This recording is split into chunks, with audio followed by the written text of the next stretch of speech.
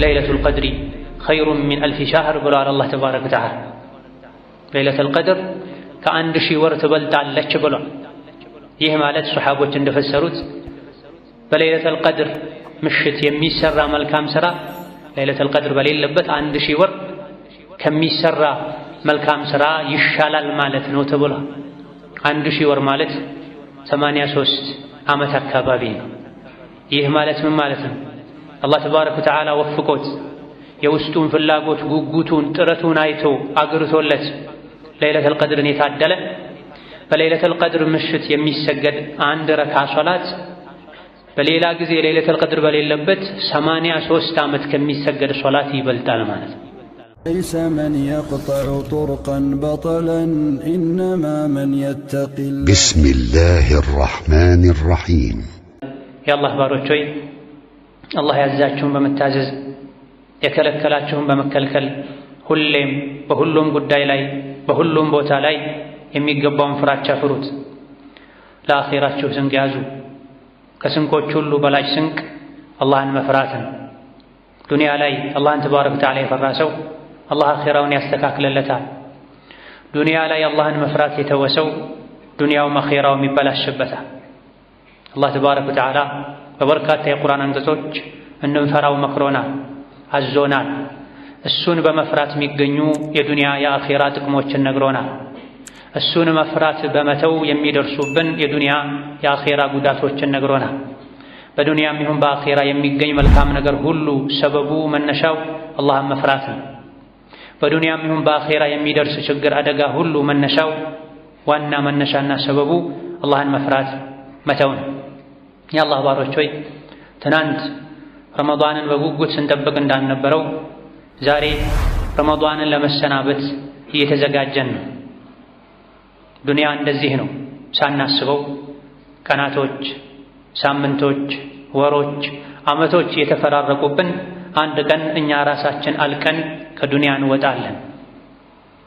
በበቂ መልኩ ወዳልተዘጋጀንለት አኺራ እንሄዳለን። የቀንና ሌሊት መፈራረቅ መተካካት አእምሮ ላለው በሙሉ መማሪያ ነው።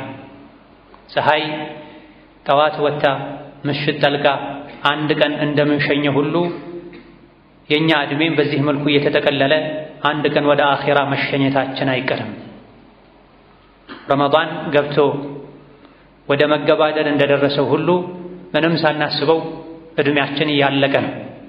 ወራትን ዓመታትን ያስቆጠረን 60፣ 70፣ 80 ዓመት ልንኖር ብንችል የምንኖረው ይሄን ያክል ዕድሜ ቢሆን ከዛ በኋላ ያለው ሞት ነው።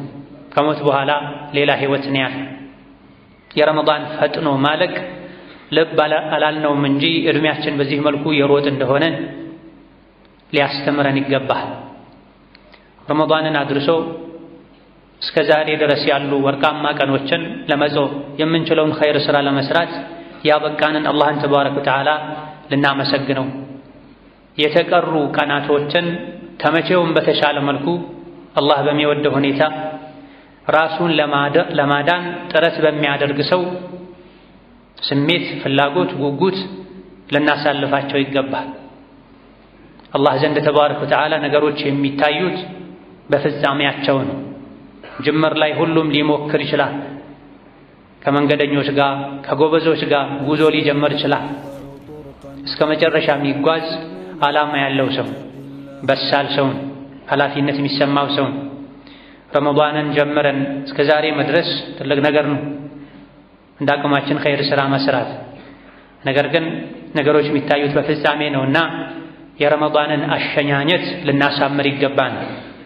አቀባበሉን እንዳሳምር ነው ሁሉ የተቀሩ 3 ወይም 4 ቀናት አላህ ዘንድ ተባረከ ወተዓላ ትልልቅ ድልቦች ያሉባቸው ቀኖች ናቸው። በተለይ ነቢዩ ዓለይሂ ሰላቱ ወሰላም አሽረል አዋኺር ላይ ለይለቱል ቀድርን እንድንፈልግ እንድንጠባበቅ አዘውና። ከአሽረል አዋኺር ውስጥ አብዛኞቹ የእስላም ሊቃውንት ዘንድ ለይለቱል ቀድር ይሆናል ተብሎ የሚጠበቀው 27ኛው ሌሊት ላይ ነው። እነሆ የአላህ ፈቃድ ከሆነ አላህ ካቆየን አላህ ካደረሰን በሕይወት ለመኖር ከፈቀደልን በብዙሃኑ የእስላም ሊቃውንት አስተያየት መሰረት ለይለቱል ቀድር ነው ተብሎ የሚጠበቀው 27ኛው ሌሊት ዛሬ ምሽት መግሪብ አዛን ሲል ይጀምራል፣ እስከ ፈጅር ይቀጥላል። ባለፉት ቀናቶች የሰነፈ ያጎደለ የተዘናጋ የዛሬዋን ሌሊት በንቃት በጥረት በትግል ካሳለፈ አላህ ተባረከ ወተዓላ ያለፈውን ይክሰዋል። ለይለቱል ቀድሪ ኸይሩን ሚን አልፊ ሸህር ብሏል አላህ ተባረከ ወተዓላ። ለይለቱል ቀድር ከአንድ ሺህ ወር ትበልጣለች ብሏል። ይህ ማለት ሱሐቦች እንደፈሰሩት በለይለቱል ቀድር ምሽት የሚሰራ መልካም ሥራ ለይለቱል ቀድር በሌለበት 1000 ወር ከሚሰራ መልካም ሥራ ይሻላል ማለት ነው ተብሏል። 1000 ወር ማለት 83 ዓመት አካባቢ ነው። ይህ ማለት ምን ማለት ነው? አላህ ተባረከ ወተዓላ ወፍቆት የውስጡን ፍላጎት ጉጉቱን ጥረቱን አይቶ አግርቶለት ለይለቱል ቀድርን የታደለ በለይለቱል ቀድር ምሽት የሚሰገድ አንድ ረካ ሶላት በሌላ ጊዜ ለይለቱል ቀድር በሌለበት 83 ዓመት ከሚሰገድ ሶላት ይበልጣል ማለት ነው። ለለይለቱል ቀድር ተዘጋጅቶ የሚችለውን ሁሉ ጥረት አድርጎ የሰገደ የተለያዩ የምሽት ዒባዳዎችን ያደረገ ሰው አላህ ከተቀበለው አንድ ረካ ሶላት አላህ የተቀበለው ሰው በ83 ዓመት ሶላት አላህ ያባዛለታል። 1 ብርን 10 ብርን 1000 ሰደቃ አላህ የተቀበለው ሰው በዛች ሌሊት ገጥሞት 83 ዓመት ሰደቃ የመስጠት አይነትን አጅር ያሰጣል። አንድ ሱራ መቅራትም አንድ አንቀጽ መቅራትም 83 ዓመት ኖሮ የመቅራትን አጅር ያሰጣል። ይሄ ትልቅ የአላህ ችሮታ። ለዚህ ነበረ ለይለቱል ቀድርን ፍለጋ ደጋግ ቀደምቶች ወሩን ሙሉ የሚደክሙት፣ 10ሩን ቀን ሙሉ የሚደክሙት። ለይለቱል ቀድር አይደለም በረመዳን ወር ውስጥ ያውም ከረመዳን ውስጥም በ10ሩ ሌሊቶች ውስጥ ነው ያለችው ተብዬ ይቅርና ዓመቱን ሙሉ ለይለቱል ቀድር አለች ቢባል አንድ ሌሊትን አግኝቼ የ83 ዓመት ዒባዳ ለማግኘት ዓመቱን ሙሉ በዒባዳ አሳልፍ ነበር ብለዋል ደጋግ ቀደምቶች መሃል የለይለቱል ቀድርን ዋጋ ያወቁ። ለይለቱል ቀድር ሊሆን ይችላል ተብሎ የሚገመትበት ሌሊት ላይ እንቅልፍ ልናበዛ፣ ገፍላ ልናበዛ፣ የለመድነውን ወሬ ልናበዛ ይገባል። አንዲት ሰከንድ፣ አንዲት ደቂቃ፣ አንዲት ረክዓ፣ አንዲት ሱራ ለአላህ ተብላ የምትሰጥ አንዲት ብር በለይለቱል ቀድር ትልቅ ቦታ አላት። እነሆ የዘንድሮ ለይለቱል ቀድር የዘንድሮ 27ኛው ሌሊት 29ኛው ሌሊት የረመዳን የመጨረሻዋ ሌሊት ፊት ለፊታችን አሉ። ረመዳን ላይ የተለያዩ የምህረት አጋጣሚዎች አሉ። ቀኑን መጾሙ፣ ሌሊቱን መስገዱ፣ ለይለቱል ቀድርን በዒባዳ እየተጠባበቁ ማሳለፉ፣ እነዚህ በሙሉ የምህረት ሰበቦች ናቸው። እነዚህ ሁሉ የምህረት አጋጣሚዎችን አይቶ በዋዛ ያሳለፈ ቤተኛውም ያልተማረ የከሰረ ሰው የተዋረደ ሰው ለራሱ ሊያለቅስ ጌታውን ሊማጸን ይገባል። መጨረሻችንን በማሳመር መጀመሪያ ከነበረን ንቃት ትግል የበለጠ በመጣር የረመዳንን አሸኛኘት ልናሳምር ይገባል። ረመዳን እንግዳችን ነው። የሰራነውን ሥራ ሁሉ ይዞ ይሄዳል። የቅያም ቀን እንገናኛለን። ማን አክብሮት በአግባቡ በስርዓቱ እንደሸኘው ማን ደግሞ የረመዳንን ክብር እንደተወ እንደቀለደበት ችላ እንዳለው እንደናቀው የቅያም ቀን ሁላችንም ላይ መመስከሩ አይቀርም። ቀናቶች ሳጥኖች ናቸው። ያስቀመጥንባቸውን ሥራ እየያዙ ወደ አኺራ ይሄዳሉ። ሳጥኑ አኺራ ላይ ተደርድሮ ይጠብቀናል። ሁሉም ይከፈታል። ለኛው ወይም እኛው ላይ ነው የሚሆነው። ከዚህ በረመዳንም ይሁን በሌሎች ከዑምራችን ከዕድሜያችን በሚቀነሱ ቀናቶች ውስጥ መልካም ሥራን ልናስቀምጥ ይገባናል። ረመዳንን አሳምሮ ከመሸኘት ጾሙን ከማሟላት አንዱ ዘካተል ፊጥር ማውጣት ነው።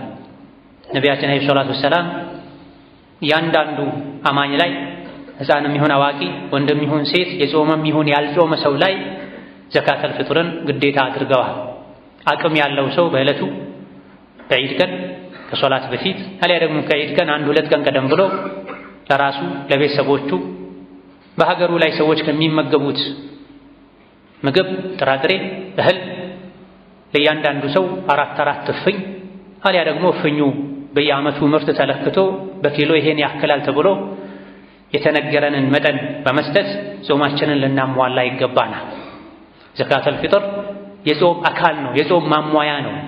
ነቢዩ ዓለይሂ ሰላቱ ወሰላም ዘካተል ፊጥርን ግዴታ አደረጉ።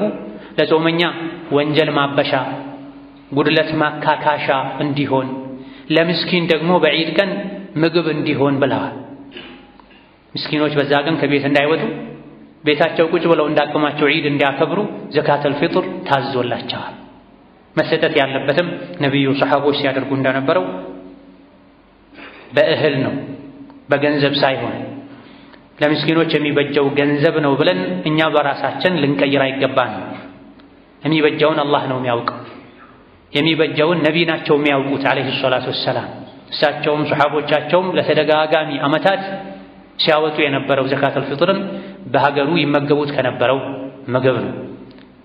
ምግቡ ከተሰጠው በኋላ አቅመ ደካማው ከፈለገ ሰርቶ ይብላው፣ ከፈለገ ሸጦ ወደ ገንዘብ ይቀይረው እንጂ አላህ ተባረከ ወተዓላ የደነገገውን ለምስኪን ጥሩ ያደረገን መስሎን ቀይረን የነቢን ዓለይሂ ሰላቱ ወሰላም ሱና ልንተው አይገባን።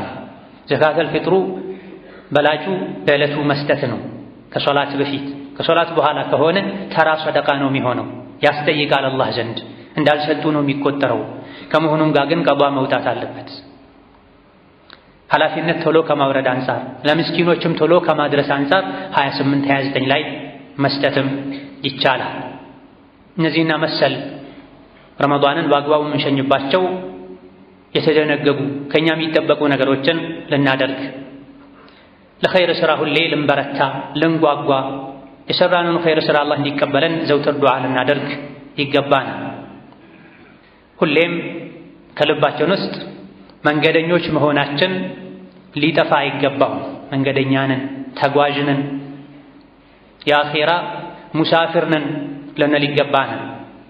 ከጉዞ በኋላ ፊት ለፊታችን ሁለት ነገሮች ይጠብቁናል፣ ወይም ጀነት ወይም ጀሃነም።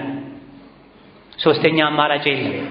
የኖርነውን ያክል ጊዜ ኖረን በዕድሜያችን ስንጓዝ ቆይተን አንድ ቀን ጉዟችን ማብቃቱ አይቀርም። ጉዞ ሲያበቃ ወደ ጀነት ነው የምንገባው ወደ ጀሃነም እኛ የምናውቀው ነገር የለም። በእርግጠኝነት ግን የምናውቀው እንሞታለን። ከሞት በኋላ ወይ ጀነት ወይም ጀሃነም ይጠብቁናል። ወደ ጀነት ወይም ወደ ጀሃነም መሸጋገሪያው ቀብር ነው። ወደ ቀብር መሄጃው ሞት ነው። ሞት ለማንም አይቀርም። ከአንድ አላህ በስተቀር የማይሞት የለም። ኩሉ ነፍሲን ዛኢቀቱል መውት ኩሉ መን ዐለይሃ ፋን። ምድር ላይ ያለው በሙሉ ጠፊ ነው። ነፍስ የተባለች በሙሉ ሞትን ቀማሽ ናት ብሎናል አላህ ተባረከ ወተዓላ። ሞተን ከተቀበርን በኋላ የሥራችን ሙርከኛ እንሆናለን። እዚህ ዱንያ ላይ የሠራነው ኸይር ሥራ ከሆነ ቀብር ላይ ሥራችን ያጫውተናል፣ ያዝናናናል እና